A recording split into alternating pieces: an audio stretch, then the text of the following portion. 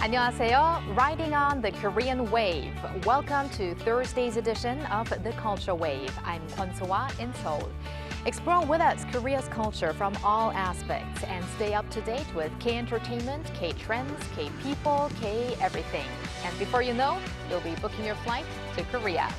Now today we're joined by our co-host Bella Kim in the studio. Hello Bella. Hi So-ah, and hello to everyone joining us today. I'm Bella, here again to co-host and fill you guys in with the latest K-entertainment news. And today's K-enter is filled with K-pop stories, so make sure you guys stay tuned.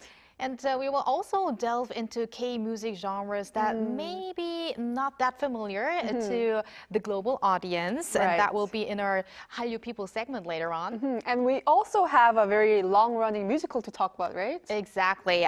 It's actually the first Korean homegrown musical production that has surpassed 2 million audiences here in Korea and also around 180,000 abroad in countries like the US, UK, and Canada. So let's check it out for today's culture report. The Last Empress, or Myeongseong Hwanghu in Korean, is making a remarkable milestone this year as it has been on stage for the past 3 decades. Our culture correspondent Song Yoo-jin gives us a glimpse into this historical musical.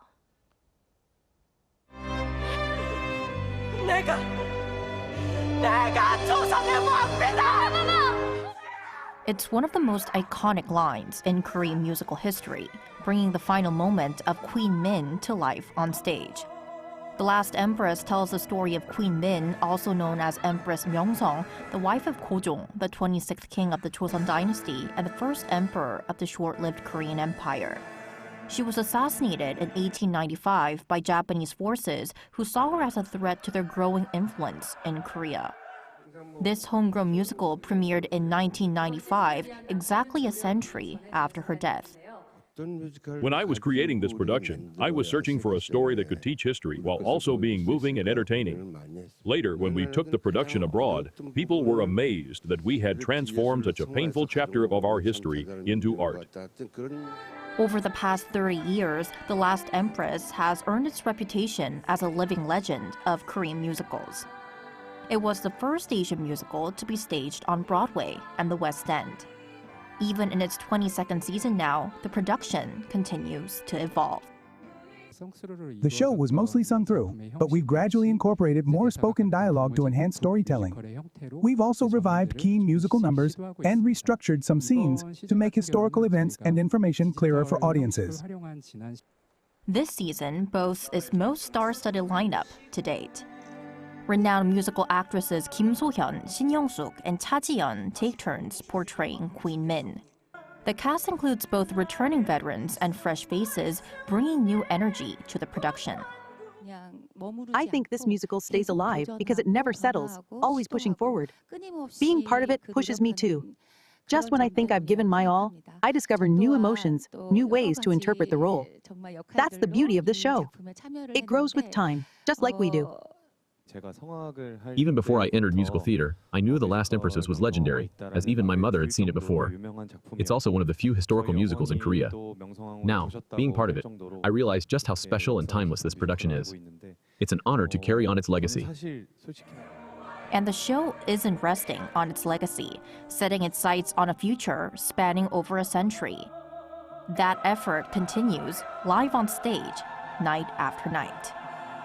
So the current season of the musical The Last Empress is on stage at the Sejong Center for the Performing Arts' Sejong Grand Theater until March 30th. Song Yoo-jin, Arirang News.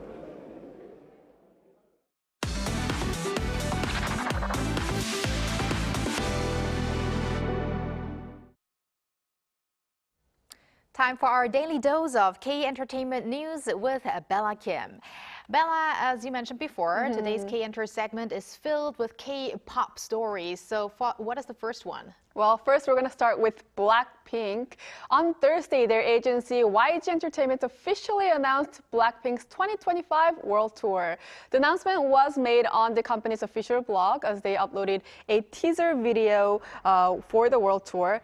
The video did not contain any details of the tour date or location, but plans are definitely being made together.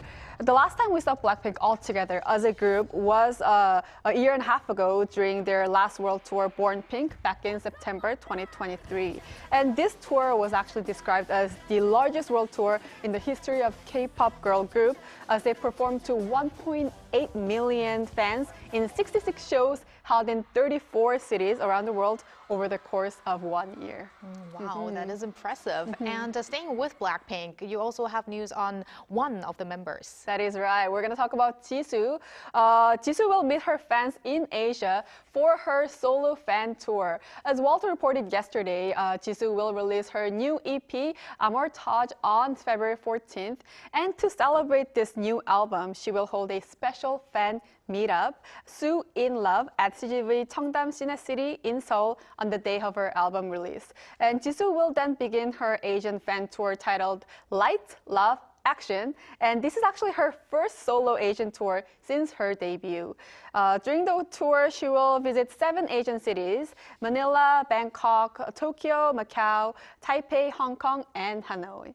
I will definitely keep you guys updated with both BLACKPINK's world tour and also Jisoo's Asian tour as Please well. do so. So we have Amortage, the EP name, and then the meetup is Sue in Love, and then we have Lights, Love, Action. So Fan it looks tour. like there's a there's a big category of love in Jisoo's solo activities in the near Definitely. future. But Jisoo, I mean Bella. Thank you. That's a compliment. It is. Another artist that we have to talk about. Yes, that is correct. We're going to talk about G-Dragon now. He will be the headliner at the Head in the Clouds Los Angeles 2025, taking place in Los Angeles on May 31st and June 1st. Head in the Clouds Los Angeles is a global music festival organized by the Asian American entertainment company 88 Rising, aimed at introducing Asian artists to American audiences. G-Dragon will take the stage on May 31st for the first day of the 2-day event. The lineup also includes 21, Dean, DPR, Ian, and more artists. G-Dragon is set to release Riverman, his first solo album in 11 years and 5 months, on February 25th. Very excited to see him at the festival, also alongside 21. Yes. And finally, we have a story on a virtual group. Yes, that is correct. Plave has set a new record. Their new mini album, Caligo Part 1, surpassed 11 million streams in just 24 hours after its release on Korean music streaming platform Melon.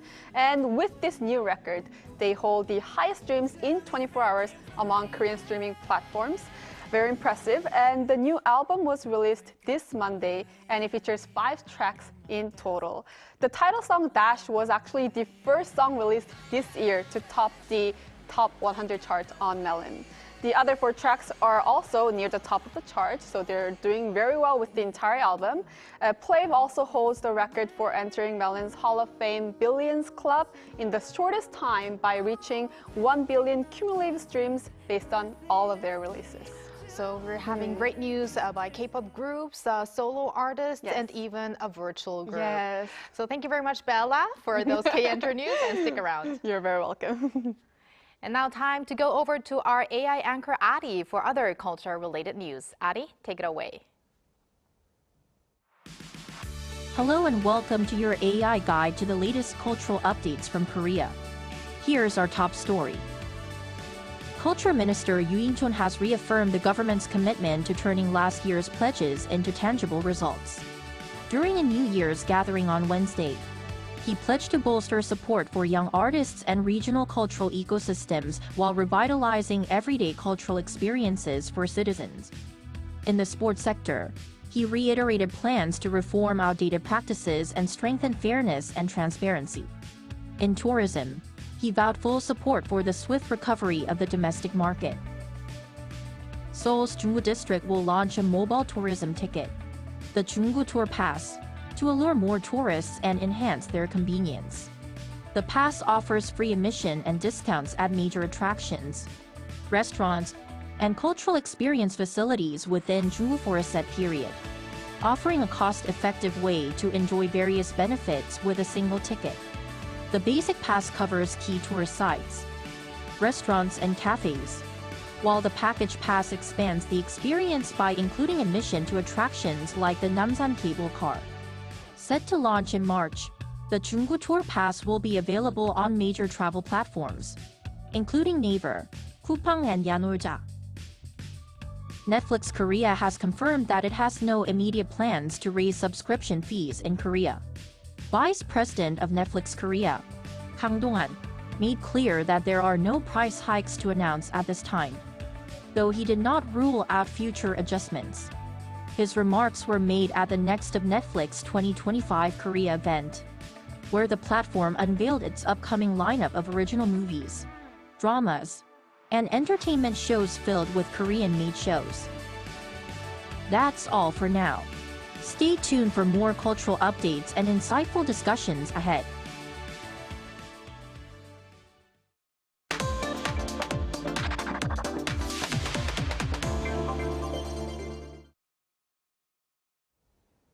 Korean experimental music, electronic music, and music from the 70s and 80s and 80s and 90s. These music genres might be less popular or rather less known to the average K-pop music listener. In today's Hallyu People, we will have a chat with someone who is familiar with these. We are now connected to Curtis Kambu, a record shop owner in Seoul, Korea. Hello, Curtis. Hi, Curtis. Hi. Hi. All right, Thanks Curtis. for having me. Thank you for joining us on the show. Now, first off, your record shop, Mosaic Seoul, has been running for 5 years now, if I'm correct, since 2020, and Mosaic West since 2023. And they are home to thousands of LPs or vinyl records. So please, first off, tell us a bit about the stores. Yeah, so we're a company specialized in importing second-hand records. So we're mostly focusing on original jazz, soul pressings, and stuff that are quite hard to find. And we import records from everywhere on earth, like it could be Africa, Brazil, the US or Europe. So yeah, quite broad. We also do carry a selection of local stuff, things we consider being interesting musically speaking. So yeah, and I have two shops. So one is in the Shindang area and the other is in Sangsu. And both have a bit of a different kind of specialty. The Shindang one has a specialty in the 60s to the 80s, soul, jazz, and world. And the second shop is more focused on like 80s and 90s music. So it goes from hip hop to alternative rock, house, techno, and yeah, anything that is quite difficult to find right now in Korea. Yeah. And based on the vinyls that we see behind you, I believe you are currently at one of the stores. Which one are you currently at, Curtis? No, I'm in the office. So in the office, okay. That's a small part of our online stock. Oh, I see. So yeah, we have a big office warehouse. Mm-hmm. So Curtis, I would like to know what kind of people do visit your shop and for what reasons? I mean, we heard in recent years there's been a retro trend, and maybe that has also contributed to the interest in people purchasing more of these LP records. What do you think? I think there's been definitely a trend, but it's just the funniest way to consume music, I reckon. Like sound-wise as well is the most dynamic form that has never been created so far. And yeah, we believe it's the best way to listen to music. And it's also really fun to dig through the crates and try to find stuff you've never heard and try to look for music that are a bit out of the algorithm you would get from like the platforms everybody uses every day. So like YouTube or like Apple Music, Spotify, etc. So it's just, I think the experience is fun and people enjoy doing this. So we get a lot of music heads, people that are really serious about their music consumption, DJs, and just people that are tired of like just being recommended all the time and just want to look for stuff themselves and try to experience and make their own opinion out of that music. Right. Although it is something from the past for many newer generations, it is actually a new experience for those generations as well. Because recently a lot of people, including me, are listening to music on streaming platforms, right? So going to the shop, looking for that specific music will be very, very interesting. And so Curtis, you are running 2 record shops. Along with these 2 record shops, you're also doing a record label. So please tell us about the record label that you're running as well. Yeah, I've been a bit quiet on that side for the past few years, but I used to run 2 labels, and one is called Dehan Electronics. I was focusing on kind of like rediscovering music from Korea that would be a bit out there, a bit different. So things that are mostly experimental, like electronic music, things that are like avant-garde jazz, things that are drone, like stuff that people would not even think have existed here. So I was looking for that kind of records, and I was quite lucky enough to find some very interesting albums, and then I had the opportunity to reissue them and work on these projects. So it was a lot of fun. And Curtis, you are from France originally. Yep. And what got you actually into Korean music, we would like to know, especially genres that are maybe even unfamiliar to many Koreans, as you mentioned, experimental music as well as electronic music. Also, Korean jazz might also be very new to many people. So how did your interest start? It was pretty naturally done. I haven't been looking for. I mean, it wasn't because it was Korean. It's just I happened to live here, and I was just interested in looking for stuff that people didn't know. I find it so really fun to just look for stuff that are unexpected and made by people that had perhaps a different vision of things, that were a bit more forward-thinking, and that were just not following the trend, but trying to kind of express what they felt like doing at that time, which I think makes more sense. And in Korea particularly, you had a very tight governmental control over the music releases for a long period of time. And the imports of like foreign records was very difficult, or even illegal until the almost 90s for some countries. So there were not really so much exposure to different kind of music. So that's where you find it even more interesting to get guys that were doing things that even for a foreign point of view was very avant-garde and very forward-thinking. So just looking for this stuff and finding them was just a lot of fun and very surprising, and So you've talked about interesting, and you've talked about these different genres. Now, for people who may not be familiar with the genres, please tell us about the characteristics of these genres, and also what differentiates them from other, kind of music, similar music in France or even other countries. It's not like a genre that was not existing abroad neither. It's just an approach to that kind of music that is very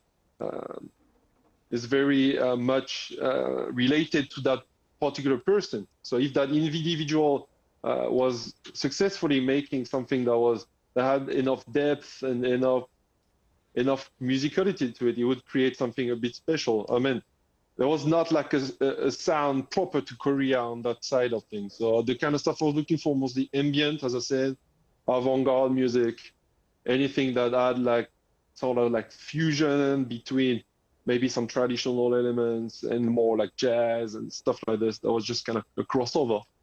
So yeah, they were just particular, but there's nothing that was enough to make it like a local related scene or like community.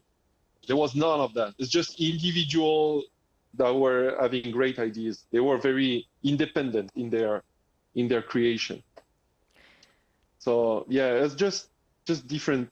Like in France. In France, we get a lot of that kind of music as well, but it's just all over the place. They all have their own style. I can't really point out one characteristic, to be honest.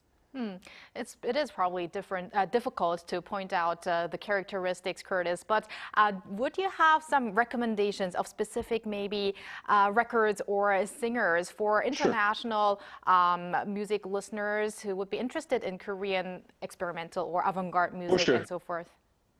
With pleasure. So the first record I've prepared here is this one. It's from a guy called Song Myung-kwan. And so he made that album in 1988. He's an amazing person. I've had the chance to meet him, and we are actually working on reproducing this record. So we will release it through a label in Australia.